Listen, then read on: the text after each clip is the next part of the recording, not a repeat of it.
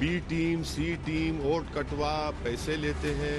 जब जब मोदी मुश्किल में होते हैं तो ओवैसी उनके साथ खड़े हो जाते हैं। हम लोगों ने थोड़ा हल्के से MIM को लिया, ओवैसी को लिया। जीतेंगे हारेंगे वो तो जनता तय करेगी, अल्लाह बताएगा।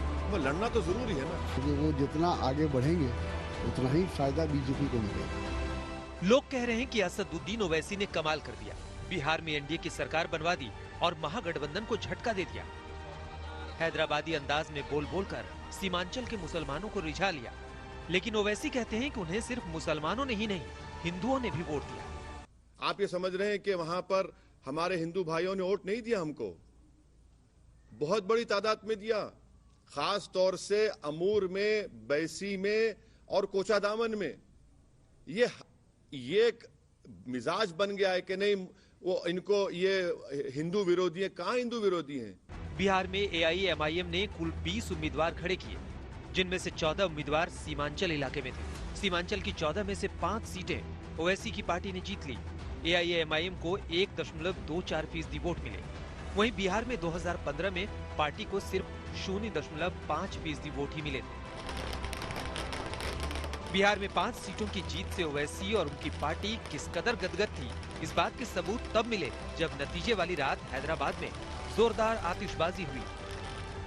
जीत के बाद AIMIM के 5 विधायक हैदराबाद पहुंच गए और पार्टी के अध्यक्ष से मुलाकात की। 5 साल बहुत मेहनत की, ऑर्गेनाइजेशन को स्ट्रेंथन किए, वहां जाते रहे। सीमांचल की अंडर डेवलपमेंट की हम बात किए। सीमांचल में बाढ़ आई तो हम लोग मेडिकल कैंप, रिलीफ कैंप चलाए। वो एक कनेक्शन पैदा हुआ हमारे लोगों की मेहनत की वजह से। तो ये हम मेहनत किए और अल्लाह का करम है, वहां की जनता ने इसको सराहा, उसको कबूल किया। 5 सीटों पर ओवैसी की पार्टी के उम्मीदवारों की जीत के साथ एक बात साफ हो गई कि AIMIM ने जीत के लिए चुनाव लड़ा। जहां पार्टी को जीत नहीं मिली, वहां ओवैसी के उम्मीदवारों को बहुत ज्यादा वोट भी नहीं मिले। ओवैसी जी कभी नीतीश बाबू को अटैक नहीं करेंगे, सुशील मोदी के बारे में कुछ नहीं कहेंगे, कांग्रेस और तेजस्वी यादव जी पर हमला बोलेंगे। क्यों? क्योंकि जब जब मोदी मुश्किल में होते हैं तो ओवैसी उनके साथ खड़े हो जाते हैं। RSS और ओवैसी, AIMIM एक ही सिक्के के 2 पहलू हैं। क्या क्या आपने कुछ बाकी नहीं रहा ना बोलने के लिए। अब तो बी टीम, सी टीम, वोट कटवा, पैसे लेते हैं, फुला करते हैं। अब हम हेलीकॉप्टर में उड़ रहे तो कहा कि पेट्रोल फुला डाल रहा है। भले ही ओवैसी खुद को वोट कटवा होने से मना कर रहे हों, लेकिन उन्होंने मुस्लिम बहुल सीमांचल इलाके में कांग्रेस और RJD का खेल जरूर खराब कर दिया। इसको समझने के लिए कुछ आंकड़ों को देखते हैं।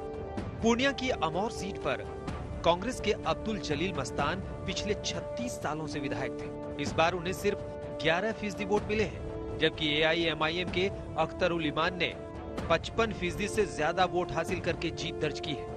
बहादुरगंज सीट पर कांग्रेस के तौसीफ आलम पिछले 16 सालों से विधायक थे। इस बार उन्हें सिर्फ 10% वोट मिले, जबकि AIMIM के अंजार नईमी ने 47% से ज्यादा वोट हासिल की। शायद यही वजह है कि महागठबंधन को इस बात का अंदाजा हो गया है कि ओवैसी को नजरअंदाज करके गलती हो गई। हम लोगों ने थोड़ा हल्के से MIM को लिया, ओवैसी को लिया। हम लोग को उसी समय चेत जाना चाहिए था जब उपचुनाव में उनको कामयाबी मिली थी। लेकिन हम लोगों ने ये सोचा कि शायद वो ज्यादा हमारा नुकसान नहीं कर पाएंगे। ओवैसी को लेकर ये सवाल भी बार बार उठ रहे हैं कि आखिर उन्होंने महागठबंधन में शामिल होकर चुनाव क्यों नहीं लड़ा। हमको तो कोई हाथ लगाने तैयार नहीं है ना। ऐसा लगता है कि इसको हाथ लगाओ तो 550 kV का शॉट लग जाएगा।